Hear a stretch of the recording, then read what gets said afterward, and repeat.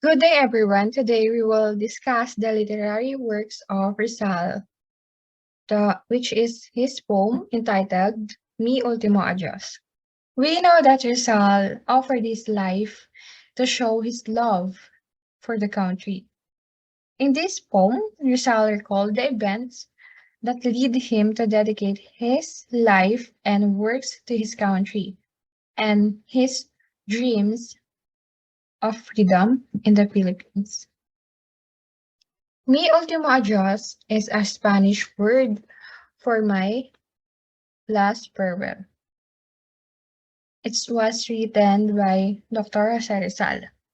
Mi último adiós was written on the eve of his execution on December 30, 1896 at Fort Santiago. But based to some information, hindi daw matiyak or matukoy kung kailan nga ba isinulat ang kahuli-hulihang tulang ito. But based on traditional belief, isinulat daw ni Dr. Jose Rizal ang tulang Mi Ultimo Adios noong December 29, 1896. At dahil 24 hours lang siyang nakapiit sa Fort Santiago, marami din daw siyang ginawang mga tula at hindi lang daw yung Mi Ultimo Adios. Meron daw ditong possible na isinulat siya at itinago daw niya ito sa kanyang sapatos. At dahil unreadable yung content nung tulang iyon, it still remains mystery. Mi Ultimo Adios was written as a final statement to his fellow Filipino countrymen. Dahil sa natunghayan niya and even siya ay nakasaksi at nakaramdam din ng pagmamalupit ng mga Spanish during that time. Kaya itong tulang ito ay ginawa niya or dinedicate niya rin para sa ating mga kababayan or to his fellow Filipino countrymen. The day before Rizal's execution, on the afternoon of December 29, 1896, a day before his execution, Dr. Jose Rizal was visited by his mother, Teodora Alonso, and his sisters, Lucia, Josepa, Trinidad, Maria, and his sister, Narcisa, and also his two nephews. Pati na rin yung asawa niyang si Josephine Bracken, and even yung mga padre or mga fraile na kumukundi na sa kanya ay bumisita din during that afternoon of December 29. They say also na si Dr. Jose Rizal, kinausap niya si Trinidad, yung kapatid niya, na doon sa niregalo niyang conchinilla or yung burner, ay meron daw dong nakatago na kapirasong papel na nakatupi ng 4 na part. Yung papel na yon ay ito daw yung manuscript ni Dr. Jose Rizal ng Ultimo Adios. Rizal did not ascribe a title of his poem because it was written in a piece of paper. Hindi na nagawa pang lapatan ni Dr. Jose Rizal yung tulang kanyang isinulat dahil sa kapirasong papel lang ito isinulat. And based to Mauro Garcia, the size of paper that he had that day was 15.5 centimeter and 9.5 centimeter. The poem was 14 5-line stanzas. Kaya sa sobrang liit ng papel, talaga hindi na naisipan pang lagyan ni Dr. Jose Rizal. And they say also na doon sa manuscript na yon ay wala daw mali. Lahat daw ng word na isinulat ni Dr. Jose Rizal ay sobrang linis at wala daw bahid ng hesitation. Talagang dire-diretso siyang nakasulat. Talagang kung titignan, parang yung puso ni Jose Rizal ay talagang inalay niya na sa huling tulang ito. Mariano Ponce is a Rizal friend and a fellow reformist. He titled it Mi Ultimo Pensamiento, or it means my last thought, dahil nakita na ni Trinidad yung manuscript na nakatago dun sa burner. Ang ginawa ni Trinidad ay gumawa siya ng mga kopyang ito by handwritten. After nun, dinistribute niya or pinamigay niya yung kopya na 'to sa mga kakilala at kaibigan nila. At isa na nga ang nakatanggap nito ay si Mariano Ponce. After he received the copy, pinablish ni Mariano Ponce ang poem na 'to sa Hong Kong noong January 1897. With the help of Jose Maria Basa, the copies was distributed.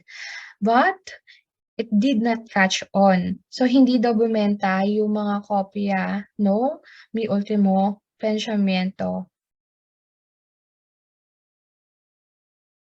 Then, after that, Father Mariano Dacanay received a copy of the poem while a prisoner in Belize or jail.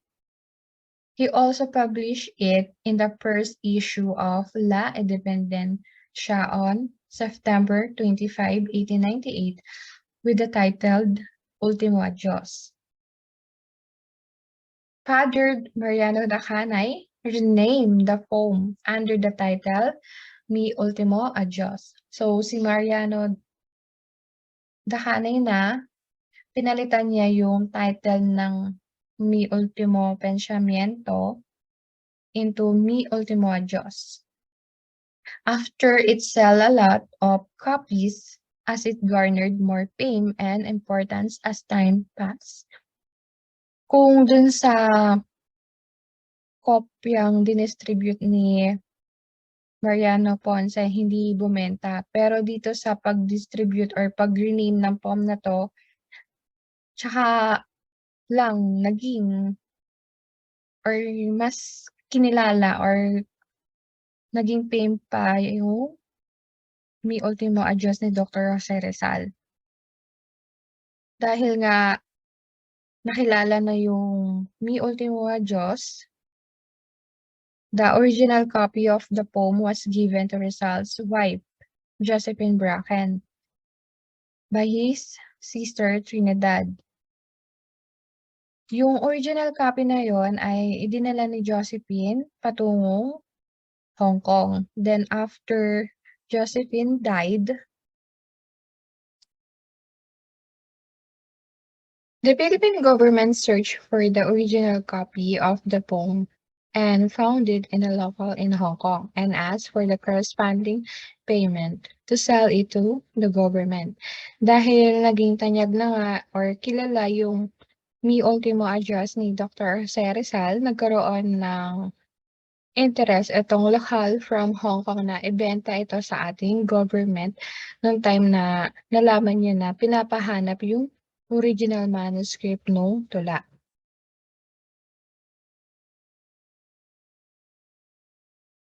The poem has been translated many times in number of languages. Hindi lang Spanish version ang meron ang Mi Ultimo Adios. Ito ay marami na ring version or different language version in different languages. And one of the most popular translation is the English version by Charles E. Derbyshire.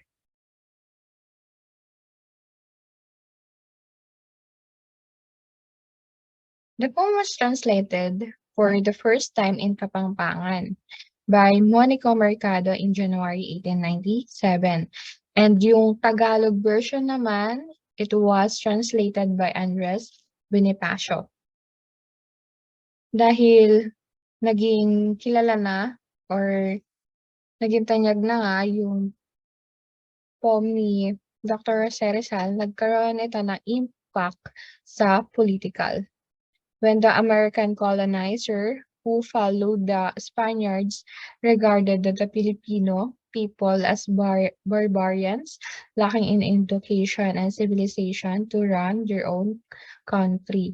Noong una, ang tingin nila sa mga fellow Pilipino natin ay mga mangmang, walang alam, at hindi kayang magpatakbo ng sarili bansa.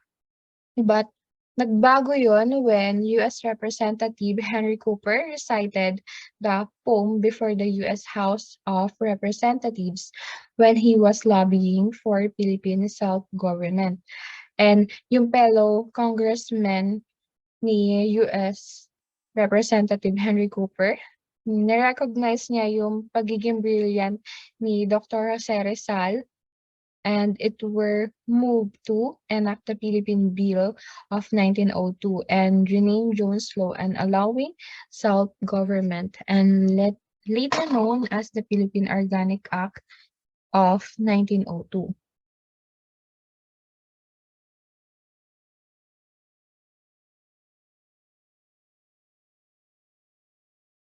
This is the English version of Mi Ultimo Adios, my last farewell, and every stanza I put my description. In first stanza, my description for this is Rizal beautiful description of his fatherland. Dito ina-adore niya yung bansa or yung fatherland na kanyang pinanggalingan. In second stanza, the men who gave their life to his beloved country. For the third stanza, he shows that Rizal's love liberty. For fourth stanza, it's the presence, the flashback of Rizal's love for the patria that started when he was young.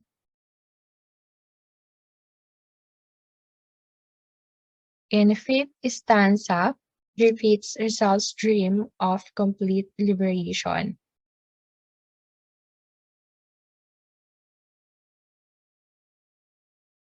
In the sixth stanza, he described the image of Rizal's grave being forgotten someday. Makakalimutan din daw natin yung kanyang grave.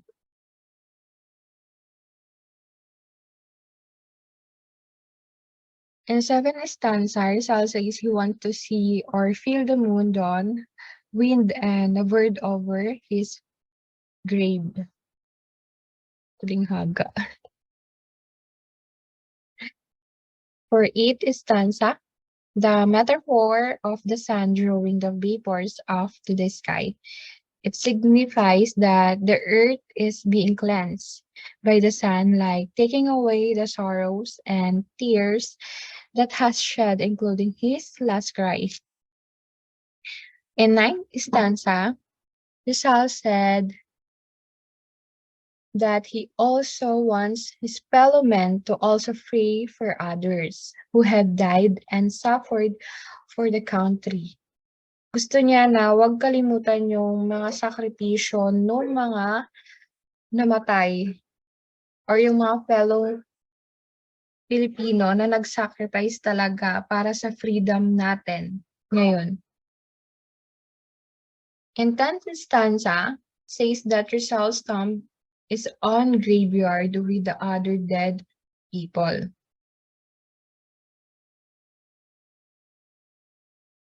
In 11th stanza, Rizal says a request that his ashes will be spread by the flame before it will no longer take significance. Bago pa to mawalan ng saysay. In 12th stanza, again, he speaks about being forgotten. But Rizal does not care about it anymore. Okay lang sa kanya na makalimutan lahat nung kanyang ginawa. Or even his mga sacrifices niya para sa atin. In third stanza, Rizal says goodbye to his adored fatherland. In the fourth stanza, Rizal cries his farewell to all his fellow men, his childhood friends and his sweet friends that lighten his way. And the last line, he repeats that in death there is rest, which means that he is being ready to be executed and he is happy to die in peace. And that's all for today. And thank you. And the lesson that I get in the home is that we are all born as heroes, not literally a hero that have a superpowers, but we are heroes in our own way. We should treasure every moment in our life. We should treasure also all the people who loves us and the people we love. Dito dapat 'wag natin kalimutan yung mga sacrifices nung mga kababayan natin during that era na ginawa nila ang lahat para mabigyan tayo ng freedom today. And that's all, and thank you for listening.